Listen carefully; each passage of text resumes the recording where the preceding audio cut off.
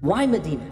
Medina, of course, is not its original name. Its original name is Yathrib, surrounded by volcanic rock. And it is blessed with an undercurrent of water. It has always been famous for its dates. And the Prophet ﷺ said in Sahih Bukhari as well, I have been commanded to emigrate to a city that shall devour all other cities. They call it Yathrib, but it is Medina. And so the Prophet ﷺ changed its name from Yathrib to Medina. And in one hadith, the Prophet ﷺ said, whoever says Yathrib should say Astaghfirullah, because it is Taba. And also in another hadith he called it At-Tayyiba. Taba and Tayyiba mean pure and the source of purity. In a hadith in Sahih Bukhari, the Prophet ﷺ said, Oh Allah, cause us to love Medina as much as we love Mecca, or even more than this. And our Prophet ﷺ told us that Dajjal will not be able to enter Medina. He will come to Medina trying to destroy it, but he will not be able to enter it because two large angels will meet him at the door and expel him and kick him out. Also, our Prophet ﷺ said that no plague shall ever infest Medina. Also, our Prophet ﷺ made dua that Medina be blessed. And he said, hadith is in Bukhari, that, Oh Allah, your servant and Abd and Khalil Ibrahim, he declared Mecca a haram. And I too am your servant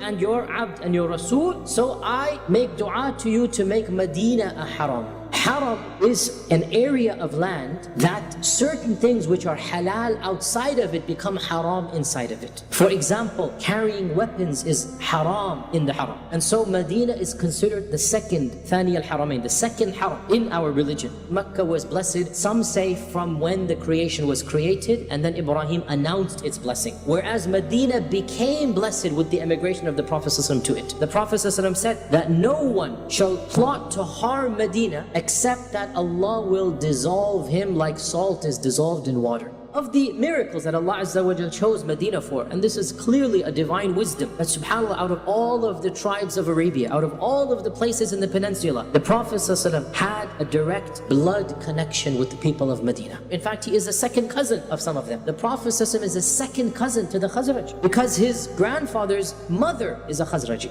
The number of people living in Medina, how many? The total population of the three Jewish tribes seems to have been around 2,000 men. Multiply that by 3 for women and children, you get 6,000 Jews, roughly, in Yathrib. The Quran itself references they're waiting for the next prophet, but they expected that prophet to be one of their own. They didn't expect him to be someone else. وَكَانُوا مِن قَبْلُ يَسْتَفْتِحُونَ عَلَى الَّذِينَ كَفَرُوا. That Allah says they were expecting a victory over the Aus and the Khazraj. And the Aus and the Khazraj say that whenever we had a war, right, the Yahud would tell us that it's only a matter of time before our prophet comes and will massacre you. This is the theory that is given, and that is that just like Salman al-Farsi knew that one of the signs of the prophet is what? That he's gonna come in a land of dates, right? So this knowledge was known. We know this for a fact, it was known. Why shouldn't these Yahud have it as well? They settle in a land of dates because they know that the prophet will come in a land of dates. We also know that in the conquest of Mecca, the Ansar had around 4,000 to 5,000 men participating in the conquest.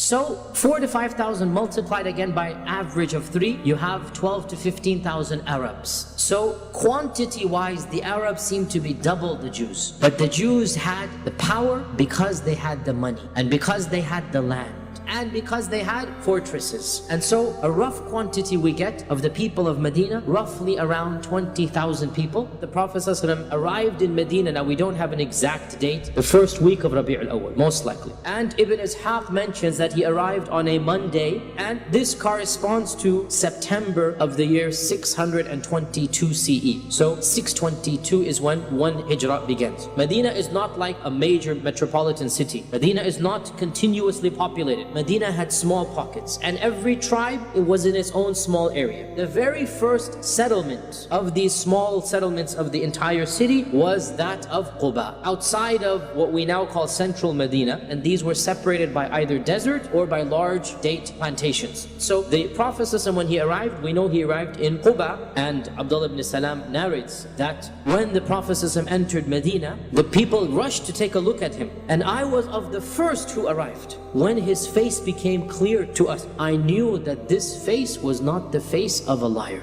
And he said, the first thing that I heard him say was, spread the greetings of salam everywhere. Feed the people. Be good to your relatives. And pray at night when everybody is asleep. You will enter Jannah with peace. And the hadith is narrated by Abdullah ibn Salam. And he is the Jewish rabbi who converted to Islam. And he stays at the house of Kulthum ibn Hidm. It is also said that the Prophet ﷺ stayed in the house of Sa'ad ibn Khaythama. But some reports say that no, he would spend the night at the house of Kulthum. And because Kulthum was a married man with children, he would go to the house of Sa'ad, who was a bachelor. And so in this house, guests could come without any problem. And he waited there for Ali ibn Abi Talib to come. Abu Bakr radiallahu ta'ala stayed in the house of another of the Ansar. And the next day, the Prophet ﷺ began building the first masjid in Medina, which is now called Masjid Quba. And it is said that the first stone was put by the Prophet ﷺ. And it is said that by the time he began building, Ali radiallahu anhu had already arrived as well. And Ali and Abu Bakr continued, and then the Ansar took over from there. Ali ibn Abi Talib says, every single week, the Prophet ﷺ would either walk or ride his camel to Quba. Usually on Mondays, it is said. He would go there and he would pray 2 rak'at. And he said, whoever does wudu from his house and prays in Masjid Quba, he will get the reward of a full umrah. Ali is a young boy at the time, he's a teenager. So he's around 18, 19 now. And Ali was told to remain behind in Mecca to return the amounts and the items that had been given, entrusted to the Prophet ﷺ, the amanat. There is no bank account, there is no security deposit, there is no safety box. What are you going to do when you have a precious item, you're traveling? Or even if you don't want to keep it in your house for personal reasons, you give it to a trustworthy person. And so, subhanAllah, despite their animosity to the Prophet ﷺ, despite their hatred of him and his message, still when it came to entrusting what they needed to entrust, his house was the safety deposit. His house was where a lot of these amanat were kept. And so the Prophet ﷺ had to leave somebody to return these amanat, and that was Ali ibn Abi Talib. And they also waited for Aisha and Asma, the daughters of Abu Bakr. And Abu Bakr had arranged for them to come via another guide. And so Ali and Aisha and Asma, when they came, that was when the Prophet ﷺ entered the city of Medina. So the Prophet ﷺ stayed in Quba the rest of Monday,